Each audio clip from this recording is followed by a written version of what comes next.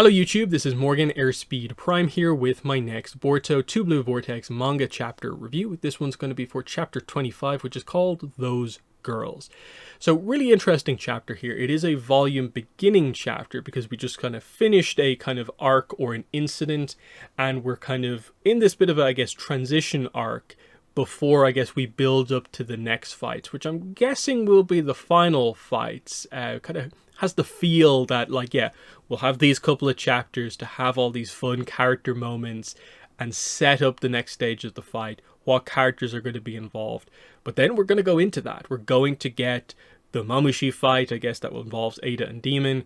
We're going to get, like, Hidari, Sarada, and whoever gets involved in that one. And I'm guessing Himawari, Kawaki, and Boruto against Jura is probably what it will end up being. And all that stuff is gradually being set up here. And I guess we've got at least this volume, plus maybe a little bit more to go off. But this is a very good start to that. I really always like these chapters because they are so character focused, that they do focus on a bunch of different things. And it really feels like a good use of, like, the monthly chapter being 40 pages that, yeah, we're you know, hopping around the place a bit, getting an update on a bit of everything. And in this case, you know, we get some resolution from the end of the arc. You know, some stuff was still open as of the end of the last chapter. We do get some answers to that. Plus, like I said, we begin to set stuff up in terms of what are the big dynamics, questions, mysteries going to be going into that final battle. The big one being Kawaki, even Kawaki powered up and Boruto were not powerful enough to defeat Jura. Even if the battle is slightly more in control, it doesn't feel like that's going to work. How do we, you know, change the scales of that battle? And we're doing some setup there with the reintroduction of Momoshiki, which everyone's been asking for since, I think, effectively the start of 2 Blue Vortex. And apart from a reference here or there, one scene where we directly kind of talked about, you know, the dynamic, as in, I haven't talked to him that much. This is the first time seeing him in this series, so that's fantastic. But also, you know, Himawari's on the cover. She gets some nice kind of focus here. Like, we're actually going to do a little bit of character development here to set up, like, the evolution of her powers. That's good. And then we're giving Sarada and Sumire some focus, because that was a major part of the last arc, was Sarada kind of lost in thought after their last conversation, and we continue that through here with a bit more of a romance focus, which continues to remain a thing in the series. And I actually find it quite interesting, even if I have maybe some doubts about, like, are they going to execute on it super well, but I like that they're going for it. So let's go through this one page by page. A lot of different things to talk about, like I said. So the cover page, like I said, is Himawari and also Little Kurama. Really like the kind of colors on this one, as well as just, you know, the character choice here. Himawari coming back into play. Really good kind of decision there. But yeah, we start off with our opening scene, which is really good because it immediately addresses, like, hey, the unresolved stuff from the end of the last arc was basically our characters had 2 soulthorn bulbs in hand. We had defeated Matsuri and Ryu, but until we got those bulbs back to the trees, we hadn't fully won. So is stuff still in play, or are we just resolving this? And it turns out we are just resolving this. The Shinki stuff happens off screen. We'll get a recap in just a second, but we do actually get to see here Moegi being freed from her tree by Konohamaru. So yeah, the relevant characters are all here. Konohamaru, you know, Chocho, Shikadai, Inojin, and also Himawari are here to witness Moegi coming out of the tree. So the mechanics of this are, as you would expect, it's like touch the soul thorn bulb to the tree. Specifically, it's spike the thorn of the bulb into the tree, and it basically kind of dissolves away. So Moegi falls into Konohamaru's arms, and immediately, I think, especially after the Matsuri dynamic with Konohamaru, you're kind of like, okay, like, there has to be a romance element to this, like, surely. Obviously, there's just the happiness of, like, their friends, at the very least. They've known each other a really long time. He is happy to have her back after everything that's happened. And it's a really kind of fun moment, but there is definitely a sense that there's a heightened emotion, I think, beyond just the reunion of 2 friends. And, like, are they going for the romance here or not? And it's interesting. Because, yeah, Moegi gradually, groggily kind of wakes up and is like, Konohamaru-chan. And he hugs her, like, quite strongly here. And she's a little bit kind of surprised by that, but kind of leans into it, is kind of happy about it. And we see Boruto randomly hovering like 100 feet in the air, just watching this from above. Mostly, I think, just to highlight, okay, this is where Boruto is. He was with Konohamaru at the end of last chapter. This is what we're doing here. But yeah, nice scene here. I like the emotion of this kind of reunion here. Just seeing like the happiness from her team and Himawari. And then, of course, yeah, Konohamaru and the potential romance stuff that they're going to have to address eventually. But we'll see how they do the next couple of chapters. As for the other soulthorn bulb, again, we just get a quick backstory on this. Yeah, Shinki has been restored back to himself, and Gaara's alive. He's injured, but not critically. He hasn't woken up yet due to the sealing jutsu, but he's expected to soon. And Shikamaru is very happy to hear this. But also, Shikamaru is being told that he has a meeting with the elders. They're calling him.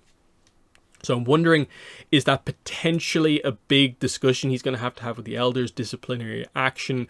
We know there's been like a build up to they don't like the way he's made some of his decisions. Is something actually going to happen as a result of all of that? Kind of feels like that's going to be something that maybe throws a wrench into the works here a little bit. But yeah, I don't overly mind the Shinki thing happening a little bit off screen and like all that sort of stuff. I think the bigger issue I have is that, like, yeah, the Sand stuff has definitely been sidelined a little bit. And I think as evidenced by the fact that, like, they don't reference, say, like, Yodo here, who, as far as we're aware, Yodo is dead. But again, remember how they went about doing that? None of the characters around Yodo said she was dead. It was Kashin, Koji, Ada, and Boruto, who weren't even on the battlefield, who were the ones saying, like, confirming that she's actually dead. And most of that just seemingly on the basis of, like, well, this is the way it typically goes and stuff like that. But, like, did Sarada say Yodo died? Did Araya, like, overly react as if, like, Yodo has just drawn her last breath? That's where maybe the communication of this specific incident maybe hasn't been done super well in my mind. In that I definitely came into this chapter with the idea that, like, I think Yodo's dead, but I wouldn't be surprised if they said she was in critical condition or something like that. I get it, you want to have consequences, and killing off a character who maybe isn't super kind of, main regular in the series is a way to do that. I do think she had some open plot threads, mainly with regards to, again, a little bit of the romance thing of, like, she had a crush on Shinki, and then they established what Araya had a crush on Yodo, and there was a bit of, like, unresolved kind of dynamics there within the group. And what do we do kind of going forward with that? Because if Yodo is dead, it then creates the interesting situation where, like, Shinki and Araya are, what's left of their team is going to kind of, want revenge to a certain degree, but, like, we defeated the character who basically did it. So, like, are these characters actually involved in that, or are we just done with this kind of plot for now? I don't overly mind the use of Yodo, but, like, it is kind of clear that they mostly did what they did to kind of give Sarada the kind of part of her arc that she needed. So it was kind of sacrificing another character just for the sake of another character's arc, but we'll see if they do anything going forward. But I at least appreciate the progress of just, like, learning in these initial pages that, okay, 2 of the Divine Tree characters have been fully defeated. It works as expected. That's good to know. Then we go to Moegi's hospital room here. So we see that Sakura is here. Now, unfortunately, Sakura doesn't have a huge role. She's only in, like, 2 of these panels, just to basically give the medical update on Moegi, which is that she's basically fine. Ultimately summed up as mild malnutrition and a little bit of, it'll take time for your chakra flow to be restored back to normal because the tree was feeding off her for so long, because this is how you explain the Moegi elements of Matsuri, is because the tree was kind of sucking kind of chakra out of her. So that's kind of good to know, is that the people freed from the trees will be basically 100% after a little bit of rest. That's the whole idea. We do get a little bit of a moment here where Moegi kind of thanks everyone, you know, apologizes for making them worry, specifically thanking Konohamaru as she looks over at him. No problem, just get well quickly, eh? So they kind of leave it there, nothing inherently romantic here, but maybe a little bit of a sense where if these two get to have a scene alone together, maybe we'll lean in that direction, and they don't want to talk about it with everyone around. I'm guessing Moegi is going to want to be filled in on what happened in the meantime. There might be some dynamic about, like, does she remember aspects of stuff from Matsuri? Because again, her soulthorn bulb was absorbed back into the tree. Maybe Moegi gets some of that. But Konohamaru, of course, I guess, would have the learning from the whole Matsuri situation of, well, the reason she had feelings for him is basically because I guess Moegi had feelings for him. So how does he navigate that with actual Moegi? That's the big deal. But they then transition from the potential romance dynamic here into a dynamic that is absolutely about romance, and that is finally we get Sarada walking in and wanting to have a conversation with Sumire about the whole feelings for Boruto situation, that and the whole character arc that she's just kind of been on during the mission. So they go outside to talk. It's kind of awkward. They don't know what to say to each other. How was the mission? It was rough. Yeah, kind of. And it gets broken by Sarada kind of announcing, like, Sumire. I mean, may I call you that? Referencing the idea that previously she'd always just referred to her as just class rep. And Sumire kind of blew up a little bit at her about the idea of, how much longer will I kind of still just be class rep to you? So it's a really nice kind of sign that, like, one of the first things she says to her is just directly calling her by name, not class rep. She has listened to what she said from before, and it allows the conversation to actually go places. So then we get Ada is actually watching this conversation from afar using her powers, highlighting that she's inherently connected to the arc of these characters because they're gradually forming a friendship here. They all have arcs that to a certain degree relate to romance, though Ada has not really, I suppose, overly talked to them about, like, her kind of situation, but you can tell that maybe that's what they're going to build towards maybe in the next couple of chapters, but we'll see. Sarada apologizes, Sumire apologizes back, basically, you know, from Sarada's perspective for kind of being a coward, running away from her feelings. Sumire for maybe initiating the maybe somewhat rude, sudden confrontation of Sarada about this. But even though Sarada was shocked, you know, she acknowledges that what Sumire said was true. Like, she was a coward, hiding from her feelings, her own lack of power, avoiding facing the reality, that sort of situation. We referenced the kind of past moment where Sumire kind of asked if it bothers Sarada that other girls might like Boruto, and she kind of dismissed it, you know, it doesn't matter to me. Sarada does reveal that, like, I wasn't lying back then. You know, I didn't actually have any interest in Boruto at that point. But after that, it did begin to sort of, like, grow and grow. And she began to kind of consider her feelings, and that, like, she started to get actually quite worried about him. But was it just because she's one of his teammates and she cares about him that way? Or was it something more? And then as she started to maybe get closer to the heart of her true feelings, she started to kind of criticize, like, why am I focusing on this? I'm meant to be the Hokage. Am I a loser for thinking about things in this way? And this is where Yodo and what Yodo said to her helped her to make that breakthrough of, like, you can still be Hokage. You can still use your powers for these things. It doesn't have to be used for this perfect heroic moment. You can use them selfishly just to save someone you like. That's the correct way to use your powers. Like, don't overthink it almost. That was almost the core of kind of what Yoda was trying to get across here. And so, yeah, Sarada then makes her decision. You know, I've decided to stop running. I also like Boruto. Basically, double page spread here. Sarada gets a whole page of her just saying, I also like Boruto. Sumire gets most of the next page reacting to this, along with Ada with her hand over her mouth, like shocked reacting to this, loving the drama. But Sarada continues, my wanting to help him will only make me stronger. It makes me think like I can become Hokage. Those are my new feelings. So here's how we're linking all of this stuff together with Sarada, that she can have the feelings for Boruto, but she can still want to become Hokage, because wanting to help Boruto, who's on this kind of crazy arc, is going to make her stronger, strong enough to be Hokage one day. And then the idea is Boruto is a citizen of the village.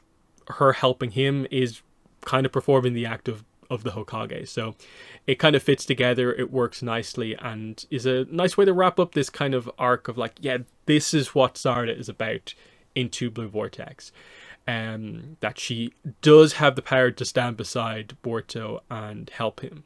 And that's, I guess, going to be important as we go forward as well. So then we just kind of addressed that, you know, both of them basically already knew that they both liked Boruto, you know, back at you, Sumire. And then Sumire says, so from this point on, I'm not going to hold back anymore. Right back at you again. And Ada just notes that, no way, how dare you have such a super intense convo when I'm not even present. And she then contacts the sensory unit to get her in touch with those girls. So she wants to immediately have a conversation with Sarada and Sumire. I wonder, are we directly going to see that conversation? Or is that just like a jokey ending to this conversation of like, she doesn't actually get in touch with them right now, but she will pick up with them at a later point.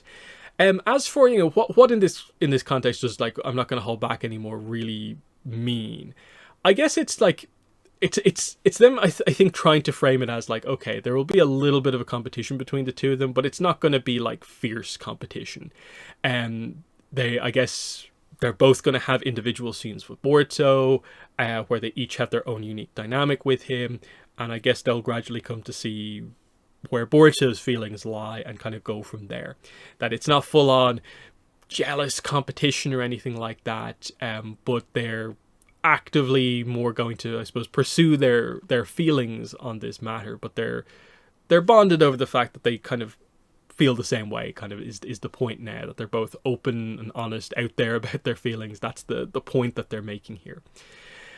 So again, how many chapters is it going to be before the action properly kind of kicks back into gear? How much character stuff are we going to have in between now and whenever? That's going to be the key point, is that like, you're giving a lot of focus to it in scenes between these two together, but like, how many Boruto scenes are you going to devote to this dynamic? Because that's what you do need to develop. We'll come back to this with the final page, but for now we'll swap over to Himawari, which is the next scene. So she's meditating, and she's basically in her inner world having a sparring match with Kurama. He immediately knocks her over with his tail as she charges in, and he's kind of annoyed at her because she just doesn't seem to get it at all. She's having a hard time adapting her mindset to what Kurama kind of is trying to get across to her as like, this is a special kind of connection you and I have. You are a special Jinchuriki kind of person. We have a strong affinity for our chakras. You have to adapt to what this is in the right way. And only when you do that will you actually be able to sort of like harness the power correctly. You know, don't rely on arm strength when throwing punches. It's all about, you know, controlling your chakra, stronger than your average shinobi.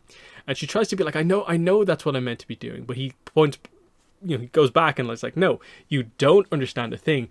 For you are no ordinary shinobi. In fact, you're even a little different from Jinchuriki, those who host Biju inside of them.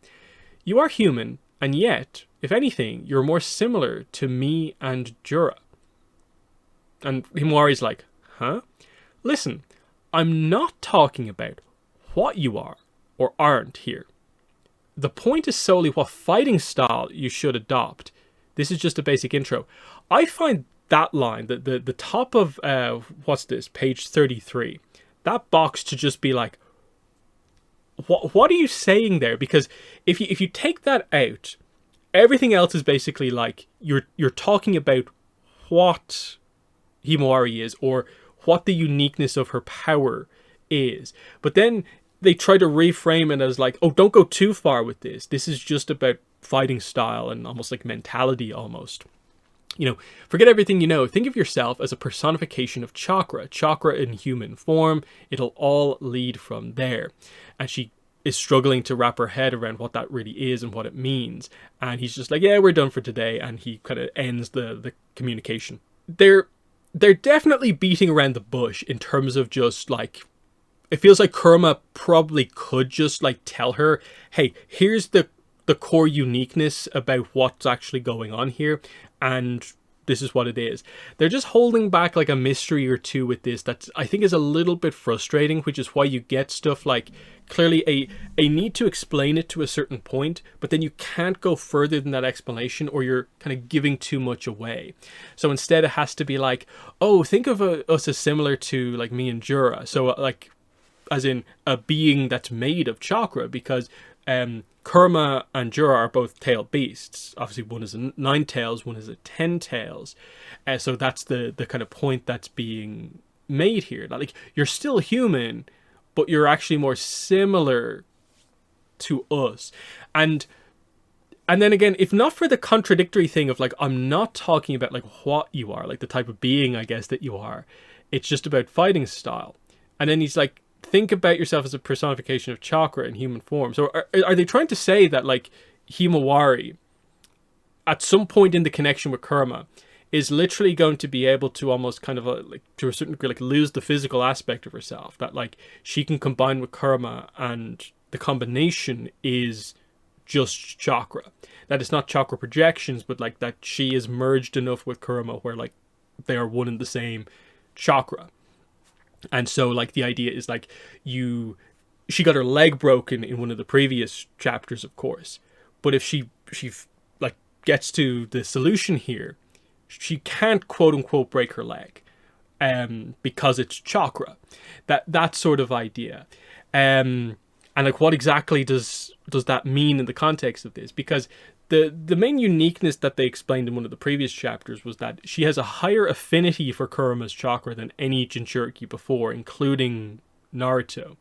So she should be able to take the Jinchuriki bond to a like higher degree, but it's more than just being a good Jinchuriki.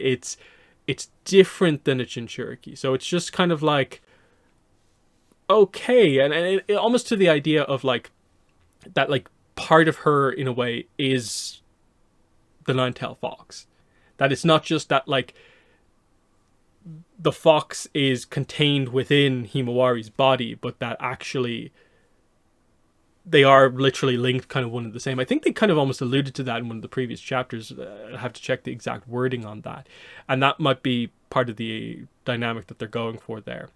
Because again, they're emphasizing the fact that she can do kind of crazy healing stuff when she has channeled his power before, and so taken to its extreme, it's like, okay, yeah, I can maybe see what they're going for here. But certainly, like the training and that she's going to make a big breakthrough is going to be big, and we know that Jura is kind of after her, because of their previous encounters. So she has to be ready for that fight. Is sort of the idea. We'll see how they go about doing this in upcoming chapters. But from there, we see that Boruto is actually kind of like on the top of the house next door, kind of watching over her. And is almost kind of like inspired to a certain degree by what she's done. Like, oh, like having the inner conversation with the person in your head. I think I need to do that now as well. So he meditates, goes into his inner realm to talk to Momoshiki. So we've been building up to this moment for so long. Finally, he goes directly to talk to Momoshiki. But for what reason?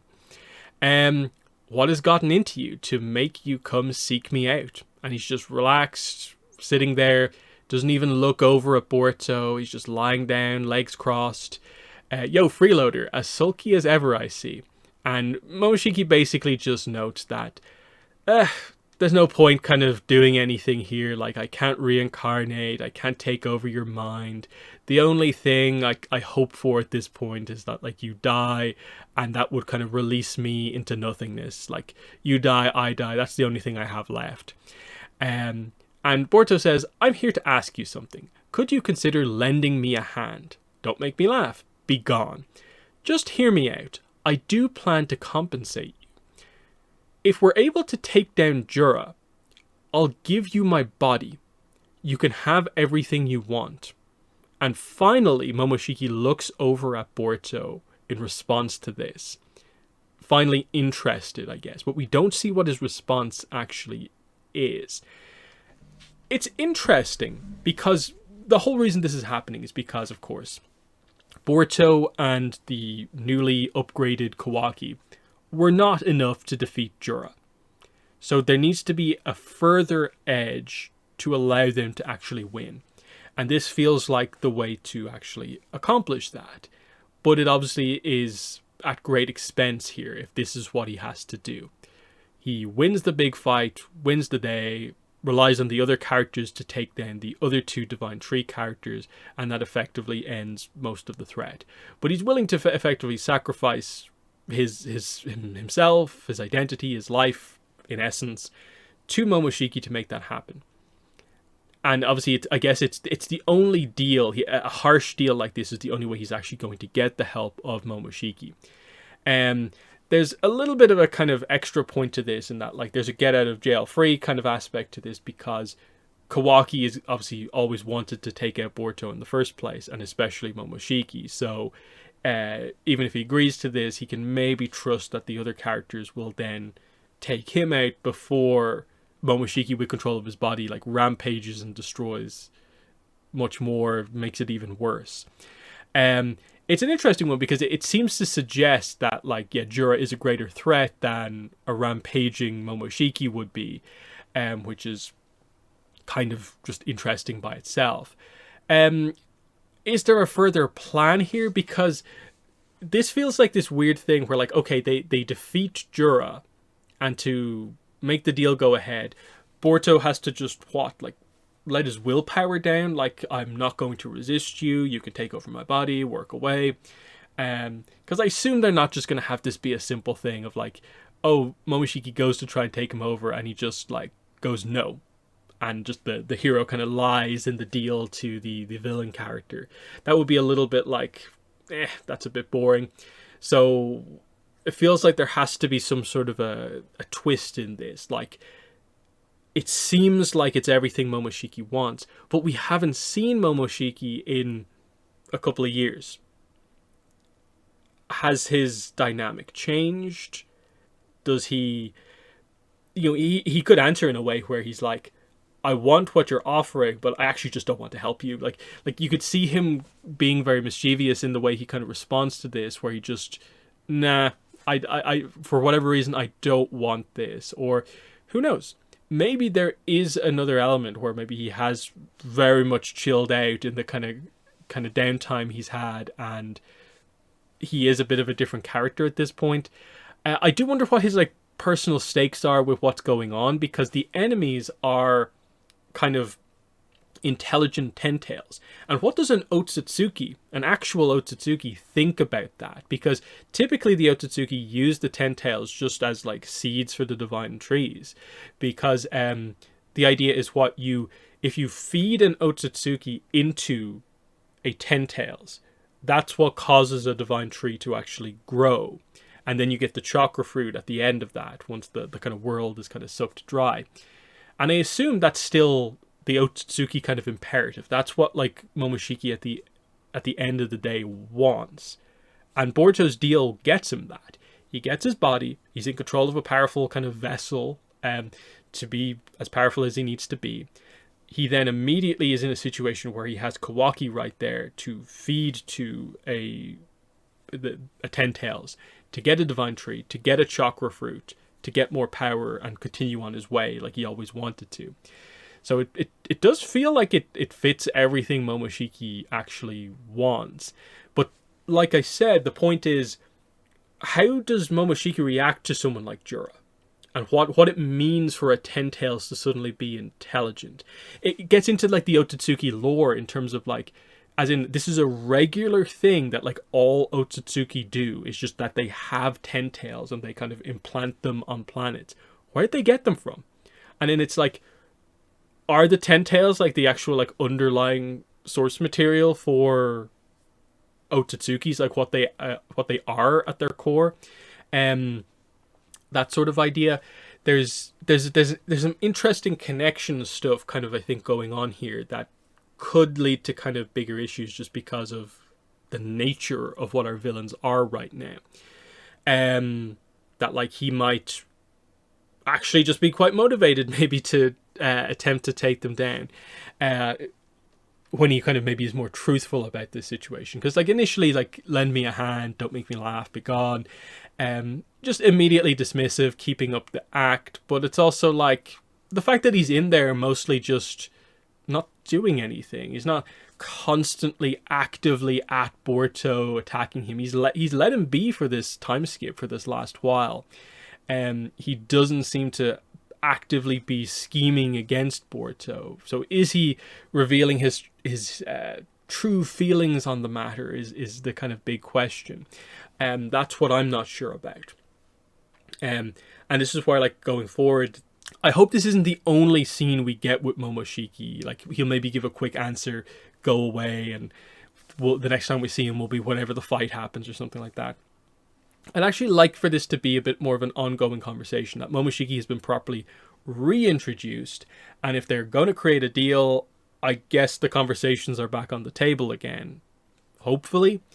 But the other side of this is obviously that, like, we know that this kind of doesn't happen, because in the future Boruto and Kawaki fight, and I don't get the impression that it's actually Momoshiki in charge of Boruto's body when this is actually going down. So clearly something happens to avoid this kind of being the case. And what is that? And this is why it's actually interesting that the cliffhanger for the chapter, the actual end of the chapter, is not the kind of almost shock thing of like, I will actively give up my body to you, Momoshiki. It's this almost seemingly random Sumire and Sarada page, but it's likely Boruto himself hasn't picked up on how we feel about him. Likely. Oh, he definitely has no clue, though honestly that's what's endearing about him. That's the actual final dialogue. And I think the point is, when you look at these two pages side by side as the ending of the chapter, it's the contrast between the two of them. It's Boruto making this decision kind of almost in a vacuum on his own, sacrificing himself, his life, for the mission, almost in absence of how any of his friends would feel about this themselves, versus the people who care about him, who love him, Sumire and Sarada, who are kind of thinking about how do we kind of advance our relationship with Boruto. And especially in the case of Sarada, you know, she wants to become more powerful so she can stand beside him, so he doesn't have to take on everything himself. And so the idea, I think, almost with the final two chapters is almost, okay, these three need to have conversations. Whether it be individually, because that almost seems to be the setup, is that like Sumire will have a conversation with Boruto, Sarada will have a conversation with Boruto, maybe the three of them together will have a conversation. How will those dynamics change kind of what is present here? Because if the girls find out that Boruto has made this decision, if he says this to them, they're going to be really annoyed and want him to not go ahead with that and come up with any other possible option. But in his head, he's going to think that, like, this is the only way to do it. No one can help me to a certain degree. And it's going to be about that fight of, like, you know, we get it, you're doing this kind of for us, but, like, does it mean anything if you sacrifice, like, everything just for that cause? We want you to still be here kind of coming out of this. And the setup really does feel like that Sumire and Sarada together are going to do something that I guess really helps Boruto in some way. And it kind of feels like we're almost building up to some giant, almost like power of love, almost kind of reveal type thing, where, like, is there some way where, like, that's what prevents Momoshiki from taking over or something like that? I'm not really sure, because the other lingering thing in all of this is, like, yeah, why didn't the omnipotence work on Sumire and Sarada? We still haven't, I think, properly answered that one, with I think the idea, again, leaning more to being because of what the fundamental switch of the omnipotence is basically the perceptions of people towards Kawaki and Boruto being flipped. Because these two love Boruto, can that power actually flip that? and that's kind of maybe part of what we're maybe trying to do here. It's tricky because do you trust the writers to be able to do a kind of more complicated romance kind of plot? Well, as in, is Sumire going to be in enough scenes to almost like justify this being such a heavy focus? Well, when we have to have like Ada talk to these two, Boruto has to talk to these two, and there's all this other stuff kind of going on that also needs to happen. But I do appreciate that they're actually making a bit of a plot about like the romance, and it's not just doing the kind of classic thing that I think is often done in these series, where it's mostly just we'll confirm the romances at the end. At least it's relevant to the plot now. And this is where I kind of wonder, like, if they do something kind of strong, like, you know, maybe just have Konohamaru and Moegi get into a relationship now, that might kind of help move things along on some of these other kind of plot threads. But yeah, like overall, like I think there's a lot of good stuff in these chapters here, like little bits of setup early on. I actually like the way they did the scene between Sarada and Sumire. The Himawari stuff is interesting, even though they continue to be quite, like, they're obscuring a certain amount of information in every scene Kurama and Himawari have, and I wish they'd just be maybe a little bit more clear about kind of what exactly they're trying to get at, because there's a think about it this way, but not too far. Pull it back a little bit, and we're kind of talking about this, and are we actually saying anything? I'm not really sure. But yeah, I like the chapter, and I'm actually very excited to see what they do for the next 3, which I assume at the very least that's what we're doing. We're going to get the next 3 chapters will be kind of similar in this, continuing some of these arcs, training, setup. We have to set up the villains, what they're going to do next in terms of set up the big fights. Momoshiki coming after Ada, that probably needs the most work because Demon hasn't really been in the series for a while. That sort of thing. Hidari, you know, just create a little bit more of a dynamic there prior to the fight happening. And that's what we're, I think, looking for. And I'm all for that. I'm excited for the fights when we get there, but I like these character-focused chapters while we're here. But yeah, in the comments, let me know what your thoughts were. But that's been the video. Thanks for watching, and bye.